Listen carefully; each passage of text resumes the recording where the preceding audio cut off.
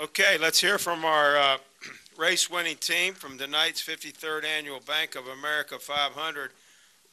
And our race was won by Clint Bowyer. And he drives the number 15 5-Hour Energy benefiting Avon Foundation for Women Toyota. And congratulations, Clint, on a big win here tonight. He's joined by... Are you tired? What's that? We got to pick the pace up here. All right, let's go. I like that. 5 Yes. hour. Get this man a 5-hour energy. Rick? He's joined by owner up here, Michael Waltrip, crew chief Brian Patty. This is Clint's 8th win in his Sprint Cup Series career. His 3rd win in 2012, and his first win here at Charlotte. But Clint, talk about that win. That was a big one for you here tonight. You know, first and foremost, this is my worst racetrack.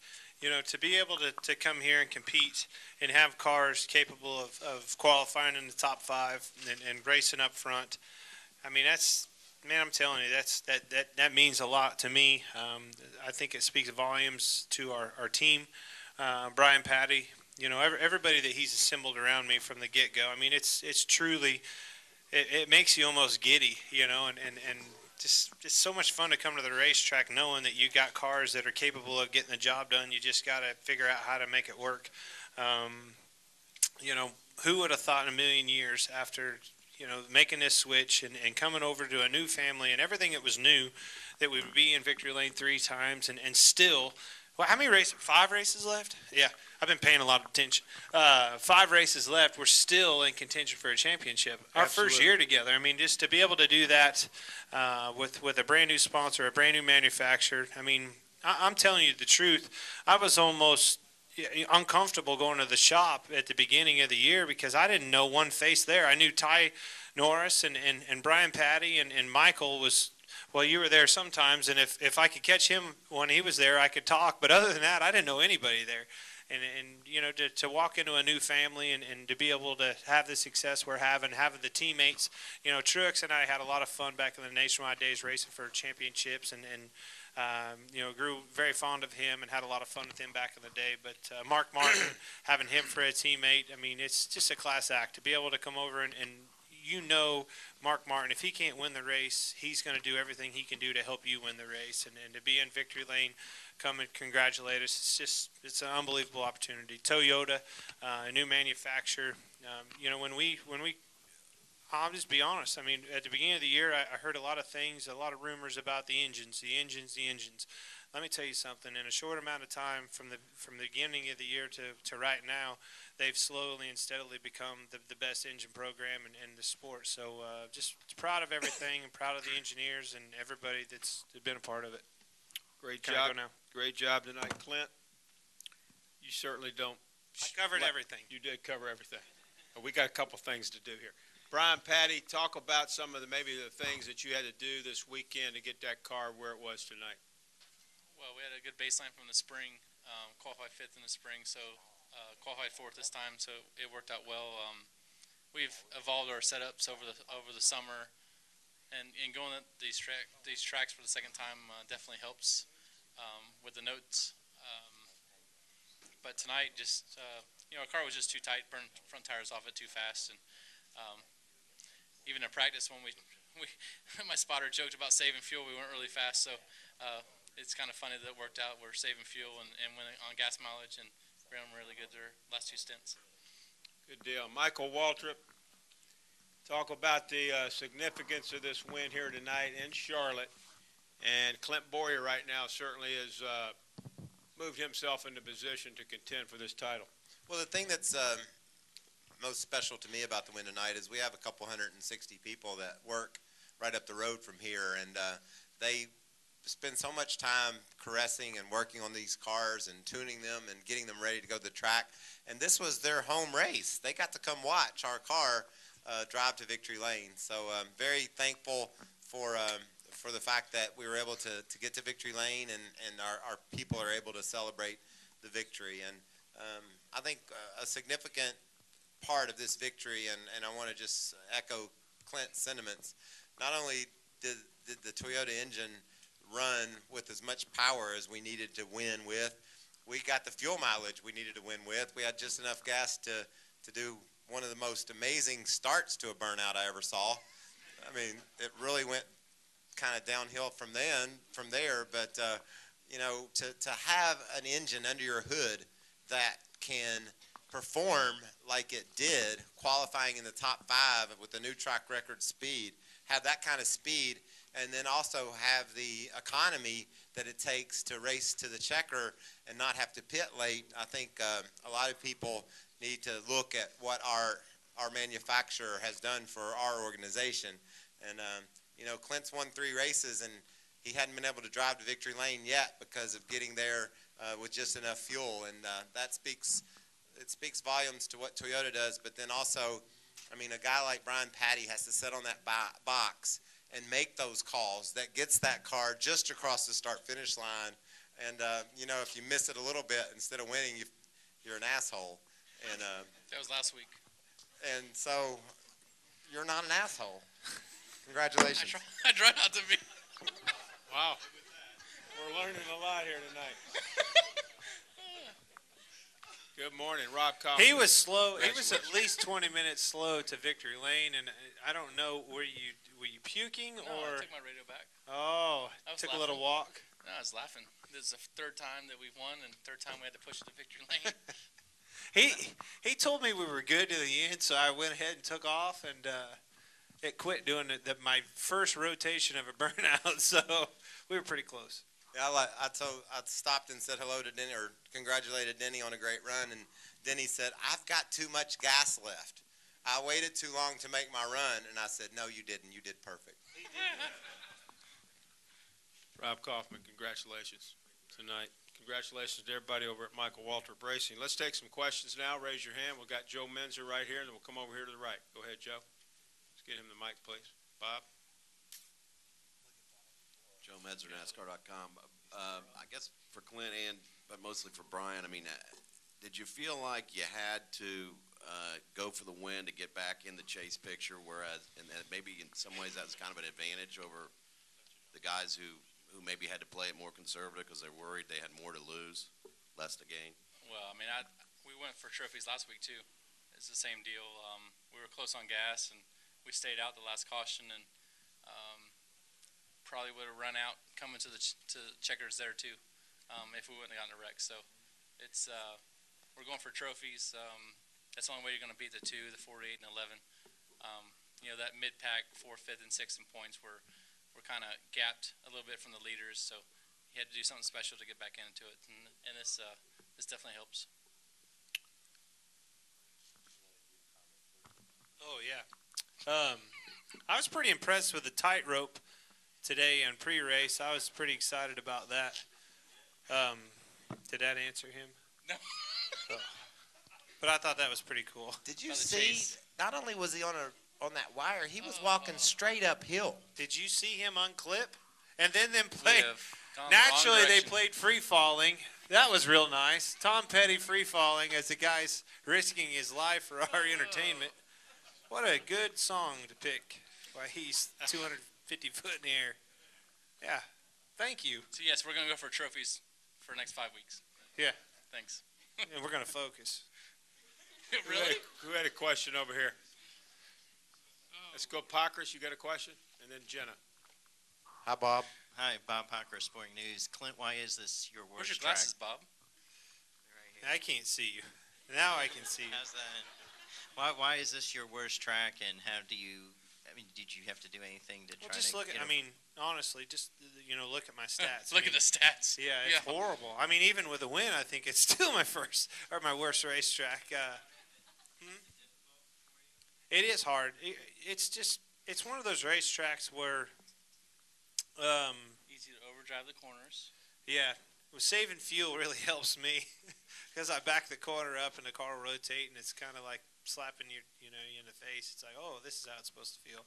But I'm telling you, I don't think I would have won the race had I not moved up and tried to figure out that outside line. A couple times, Jimmy was running me down, and I was like, I'm just going to go up here and back the corner up, trying to make, the arc and the radius as big as possible. Started backing the corner up to get the thing to turn, and next thing you know, doing so, you're going faster and you're saving gas. So Let's I talk think about Thursday.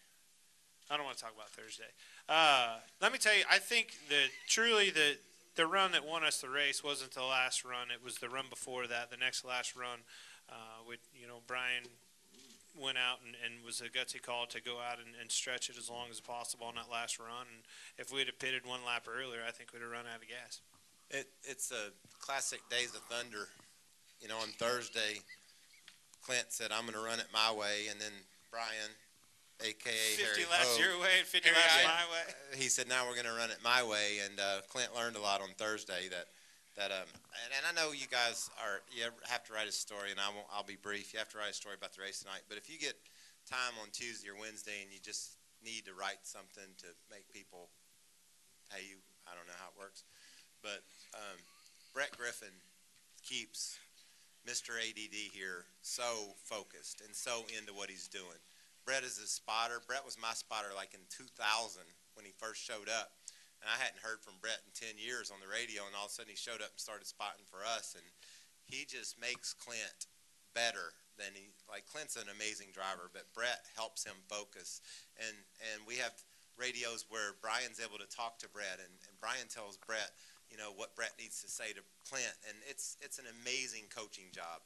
He's an elite athlete, and he has some great coaching that goes on behind the scenes. And what I love about Clint is he listens to them. Even though he's this guy who can drive a car like very few people can, he takes all that information and he'd like to tell him, to leave him alone, I think, but he knows that it helps. So what a great team effort. Brett deserves a lot of credit. Let's go to Jenna. Jennifer AP. My question's for all three of you in a different way. And I know we kind of did this at Sonoma, but Brian, you got fired last year, and Clint. We gotta go there again. Yeah, again. That was a year ago. Yeah, it was a year ago, but I don't How's know. that working out? Well, that's what I'm going to get to. Okay. And Clint, you were kind of looking for a job, and Michael, Same. Yes, I got fired too. And Michael, you've had some ups and downs, and now Clint, you're having a career best year, and Brian, you're winning on ovals. And, Yeah, finally. Yeah. And Michael, you had 3 cars in the top 10 tonight, and now Clint's back in the chase race. I mean, did any of you think that it could get to this point and in this first year together? Okay, I'll start first, then we'll go down the line. I'll be honest, I don't think Clint wanted to come drive for me, but he's like, damn, I guess I got to. And he said, "Do you think you got cars I can win with?" I said, "I promise. We don't yet, but we're building them. They're going to be great, and you're going to be happy." And so it was a leap of faith. He didn't promise, but Ty did. Ty promised. It was a leap of faith by Clint and a leap of faith by Brian. And, the main guy that's responsible, everybody always wants to say who deserves credit for the turnaround or not the turnaround. We weren't ever here. Who deserves credit for what's happened at MWR? And if you get right down to it, Rob Kaufman deserves the credit because we went to Rob with a plan that cost a lot of money above budget, a lot of money that I didn't have. I live in an apartment above a pizza joint, for gosh sakes. And we told Rob we really felt like that this plan would enable us to improve our cars so that our drivers could go win races. And Rob endorsed the plan, said, I want to win. I want to be up front. I want to be a contender. And it enabled us to build the cars that we have today that Clint is able to drive so wonderfully, and Brian's able to make those calls. So I think the main thing that happened at MWR was we came up with a plan, and Rob said, I'll fund that plan. And not just, you had all 3 cars in the top 10. Yeah, we built 3 of them. But I mean, We built one for each guy. Heck, they even gave me one I almost won with. That tells you how good they are. adding to that, what Rob brings is a lot of business sense and making this sport make good business sense for our sponsors. Not only did we bring a new sponsor with 5 Hour Energy, we re-signed Napa. We have Aaron's. We have solid sponsorship, throughout our organization. And Michael's done such a good job over the years keeping those. Now that the organization's got the performance side of it down, they truly are, I think setting a standard for our sport of making business sense out of this.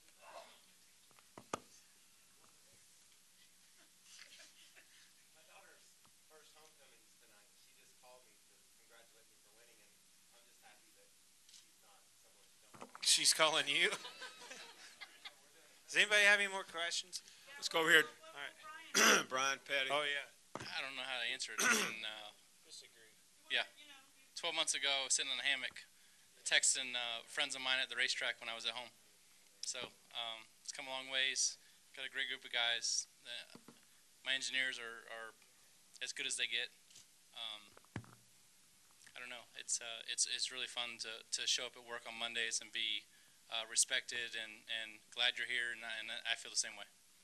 We'll take two over here. We'll go David, Nate, then we'll go to the press box and come back to Al. Go ahead, David. David Newton, ESPN.com. Clint, okay, you're busy. I won't talk. I see it. You want to talk about the high wire earlier. So was going for fuel mileage kind of like walking a high wire? I mean, you kind of just feel like you're teetering the whole time? Well, yeah, except for I don't think you can just run out halfway across the wire. I guess you can fall off, but we can just stop and not get across. Have to camp out right there. It's risky, but you have to be able to do that, especially after the weekend we've had. After Talladega, we had to be able to get back in the game, and more importantly, I mean, you're not even almost – I don't think you're even focused on getting back in the championship hunt as much as you are just getting – you're so worried about, all the positive things that have happened all season long, good momentum, good confidence across the board with our team, with our organization. You have a setback where we all get wrecked. At Talladega, it's easy to get down and get bummed out. To be able to come back here, get all three cars back in the top 10, to win this race, really set the standard of getting on down the road and putting that behind us. Let's go to Nate, and then we'll go to press box, and then back down here. Go ahead, Nate. Nate Ryan, USA Today, for Clint and Brian. Clint, you were talking before the chase started about how you run well in the chase because you feel like you go into it with no worries, no concerns, everything's gravy from this point. Halfway through the chase, it's been a lot of focus on this being a three-man battle, 11, 48, 2. Are you guys feel like you're in a good position, even though you're 28 points back halfway through and fourth, that maybe there's been so much of those three guys focusing on each other that you guys maybe can slip in here over the next 5 races? Man, at the end of the day, it's just we're a hell of a lot better than we were leaving Talladega. I mean, that's this is simple as you can answer that question. Yes, I mean to be back in victory lane and new life, a new hope going into Kansas. I mean, there's a lot of racing left. There's a couple short tracks, Kansas. Nobody really knows what to expect there. It's a repave. These cars that are running fast on these mile-and-a-halves are going to be fast there, but you don't know if somebody's going to stub their toe, if somebody's going to struggle, if it comes down to fuel mileage. I mean, all it would have took for one of those three cars, to be in the situation that I was in, stretch it out, run out of gas, that opens the door up for everybody. I looked at it last week and going into this week, I still thought if one of those guys were to stub their toe, if Brad stubbed his toe, it really opened the door up for about 8 of us right back into the championship hunt. With the win here, it definitely, gave us new life and new hope. Well, I mean, it's 28 points is achievable over the next 5 weeks. It's a lot better than 40, how we started the weekend. So I don't know. It's going to take a lot of work, a lot of help. We're still fourth in points. There's 3 guys you got to pass, not only the points. So we'll go to Kansas on Wednesday and test like hell and try to pick up our program even more than what we have now because we wasn't the fastest car tonight. We just had some strategy. So it'd be nice to win one of these things and actually drive the victory lane. Let's go to the press box. Go ahead, please. Upstairs, Louis Frank of Speed Week. This is for Brian. You're dealing with Clint. He's got a pretty strong-willed personality, and you've got a pretty strong-willed personality. How long did it take you guys to gel? And when it comes down to an argument, are you more of a cheerleader, more of a coach, boss? How do you react? Actually, I think the first phone call was fine, right? Eldora. Yeah, that we weren't working together yet, and we were talking in Eldora. So that was last June. So the relationship's been great since actually before we started working together. So, but I don't know. I just do whatever it takes to get trophies. The team at the shop, the 160 or 200 people that we have working deserve trophies and free bagels on Tuesdays from Sprint. So I just like to see the people's faces at the shop when we show up there with a trophy, and it means a lot. So that's what we focus on here in the last last 5 races. Go ahead, stay in the press box. Any other questions? Monty Dutton, Jasper Gazette. You know, people are going to say this was a fuel mileage race, but a fuel mileage race is when everybody else runs out or has to pit and one guy wins by 20 seconds. You didn't just have to have enough fuel. You have to hold off a guy closing in. Now, Clint, how much of a cooperative arrangement? I mean, how much did Brett Griffin have to do with it? How much did Brian Patty? How much did you have to do with it? Okay. How does that all work when you're balancing the amount of gas you got with the amount of margin you have? At the end of the day, it's a total team effort. It takes everybody. It takes, a crew, a gas guy to get all the gas in it on a pit stop. That's crucial. That's first and foremost. You've got to make sure that you get all the gas in it. Brian's got to make that gutsy call, and I got to do my job of saving as much gas as I can when I can.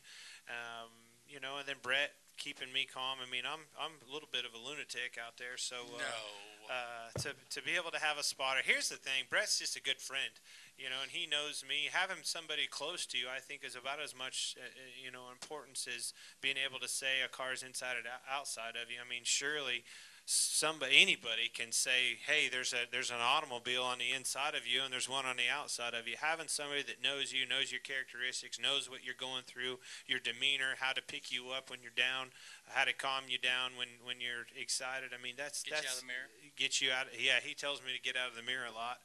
Having that relationship with somebody really helps you. Just to stay on task and stay focused. I mean, it's a total team effort. I mean, it's, making the decisions, what it takes, the engine department, and being able to give us, the fuel mileage and the horsepower to get it done. I mean, it's endless. It's not just me. It's not just Brian's call. It's everybody. It's a team effort. Stay up in the press box. Go ahead. No further. Let's come back down here. I think Jim Utter had a question. Go ahead, Jim. And now, and Marty. Jim Utter, Shaw Observer for Michael. You guys, you're the last of what was Toyota's freshman class when they debuted in 2007. You've overcome your own obstacles to be here today, but do you take any special satisfaction in the fact that you've been able to, at this point, be in contention for a championship, and you're the last group that brought them back into the Cup Series? Certainly, it means the world to me because, they came to me back in '05 and said, we're going to go cup racing in '07 and we want you to be an owner. And we were racing nationwide cars from behind my house in Charles Ford, but they thought that I could be a good owner for them. And I invested everything I had and everything that they would loan me, which, by the way, they'll loan you a lot more than you think they will. And we're able to survive. And now with the relationship that TRD, MWR, and Joe Gibbs Racing has together, it's enabled us to really have the equipment and the engines and the technology we need to go race against the top teams. And, Rob legitimized MWR on the finance side by giving us the foundation we needed to buy equipment, machinery, hire people, get drivers like Clint and Mark Martin and crew chiefs like Brian Patty. But very, very happy that they believed in me in '05. We started racing in '07, and here we are in '12 racing for a championship. There's a few things that have happened to me over my racing career that are really special to me, and this relationship is one of those. Let's go to Al Pierce, and we'll go over here to I went Mike to a whole nother level. in the corner here. Go ahead, Al.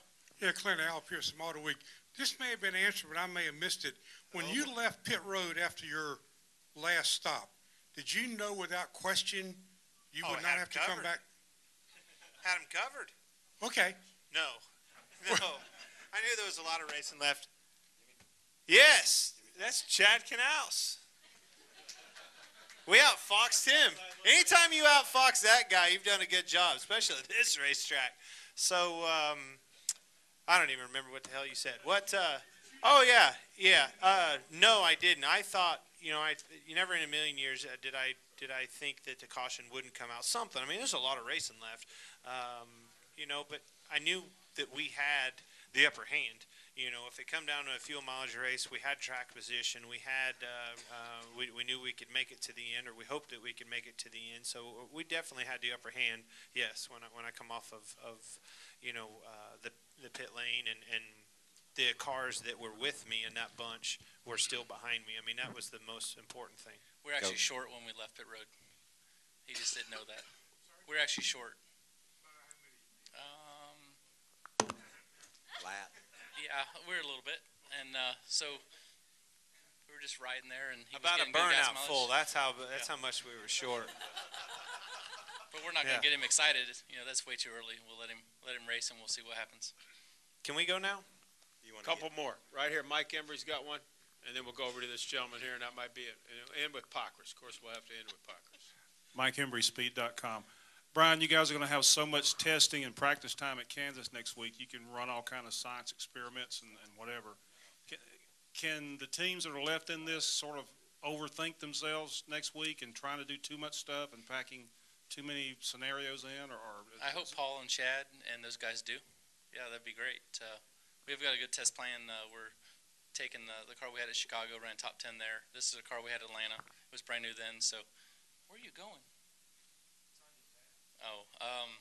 So we got some really good cars coming, and my engineers have some good stuff to try. So we're gonna test for Texas and Homestead, and got a brand new car coming to Martinsville. So it's time to get gritty. Next 5 will be fun. Over to the corner. Go ahead, sir.